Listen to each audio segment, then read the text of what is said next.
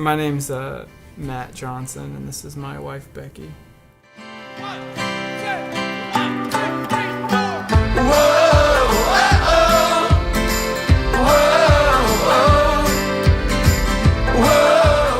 So we've been going to Green Valley Baptist Church for about 10 years. I think that what I remember that time being is that Becky and I lived in Atchison, Kansas. We were just, making a new home. We'd just been recently married, and we'd just kind of learning about each other at that time, and we were trying to find a church home.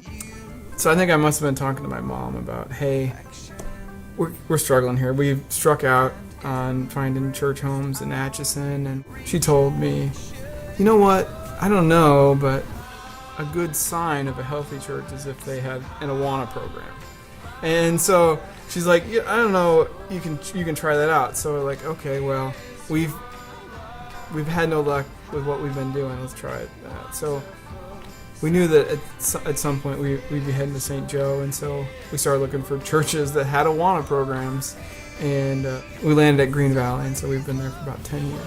And I think instantly we felt that there was a connection in that church. It just felt like it was one that we wanted to go back to, and I didn't get that feeling at any of the other churches, so that was really important. To me, I felt like there was just like a feeling of community where the music blended well with the speaking and the classes. We were invited, I think we were invited that very first time to a connection class, a Sunday school class back then.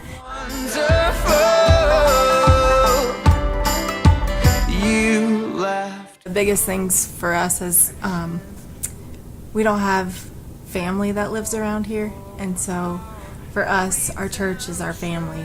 Over the years, we've really just grown closer, and we really do feel like they are our family. Our connection groups and our family, and our connection group family, that's who we call in a time of need. It's who we rely on. It's those folks who are also sharpening us and making us and holding us accountable as well. So I think about the couple of times that I've really been touched by our connection group, major life moments, births in our family or deaths in our family that just really felt the love of our connection group. And you're right, we don't have a grandma or a mom or a brother or sister that's in town, and so they've really just been our lifeblood, because we really didn't have a connection to this community before that. So we cherish those relationships.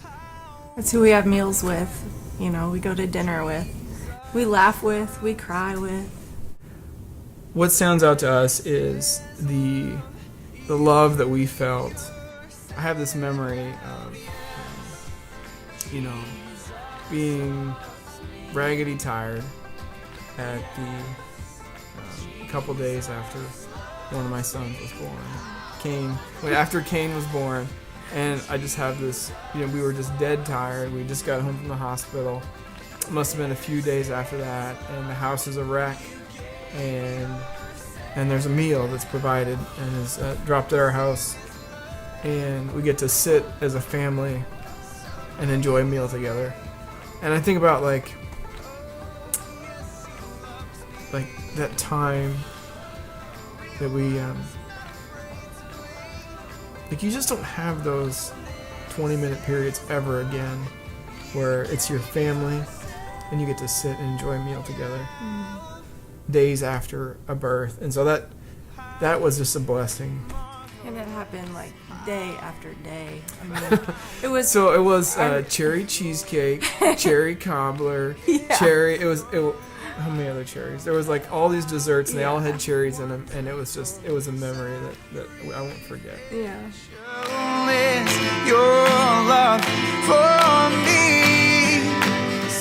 One of the periods that really sticks out in our mind, a time during a summer that we were encouraged to have small groups in our home. Mm-hmm. And we opened up our home and had a small group in our house, it's exactly like sharing life together, and just we had a study, but it was more about just kind of just being together, being around each other, doing life together, breaking bread, and that's some of those people that were in that connection group we're still very close with. Others we consider good friends, and but that's just time we'll look back that we just remember as it was a good time just to do life together. Yeah, and not worrying about the size of your home being fitting or how clean it is, just welcoming them in as family and not worrying about all those little things. Well, I think that when you do life with people, and when you're real people and your house is DFS dirty,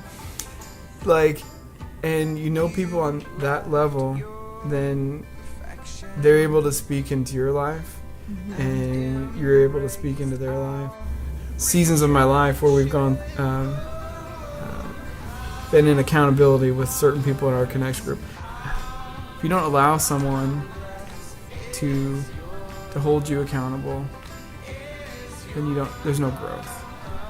You don't see that growth without someone asking you the tough questions that no one else is going to ask. Let's celebrate his love. Whoa,